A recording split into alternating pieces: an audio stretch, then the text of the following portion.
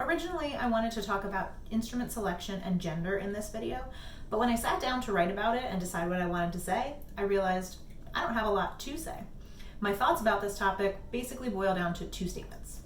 Number one, don't discourage a student from playing a particular instrument based on gender expression. Number two, don't encourage a student to play a particular instrument based on gender expression. Now, we know that there are certain maybe physical characteristics or personality traits that might make a student better suited to an instrument than others, but that has nothing to do with gender identity and gender expression, and that shouldn't come into play when you're talking about the process of students selecting instruments. What I do want to talk about today is the qualities a student could show that might make them an ideal candidate to play the oboe. Drive. Drive, determination, perseverance, whatever you want to call it, this kid's got it. Students that have a history of setting goals and achieving them are likely to be successful oboe students. They may get discouraged slightly with the difficulties at the beginning, but that's not going to stop them from continuing to play. Attention to detail. If you have a student who is observant in ways that others are not, if they want to point things out to you or other teachers to let you know that they're paying attention, these are the students that will likely thrive learning the oboe.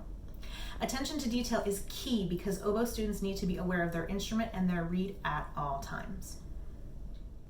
Musical aptitude. This isn't absolutely crucial, but it is definitely incredibly helpful. If you have a student who can match pitch or even has perfect pitch, they're likely to do well learning the oboe. And if you have a student who can whistle, even better. Desire to play. I think that this is the most important quality that a student can have when starting to learn the oboe. They want to play it. You will not feel like you're dragging them along or that you're pulling out your hair trying to get them to practice. They want to do it. They are committed and dedicated to learning this particular instrument because this is what they want. Support at home.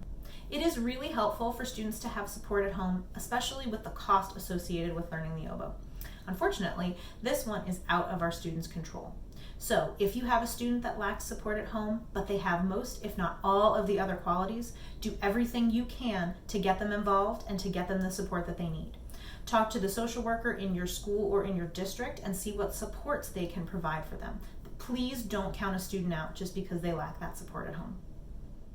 This list is by no means exhaustive, but I think that these are the most important things to look for when students are selecting instruments, specifically the oboe.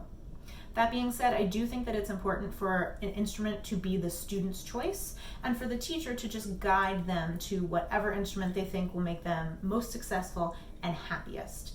Students don't tend to thrive if they feel like they're being forced into playing a particular instrument.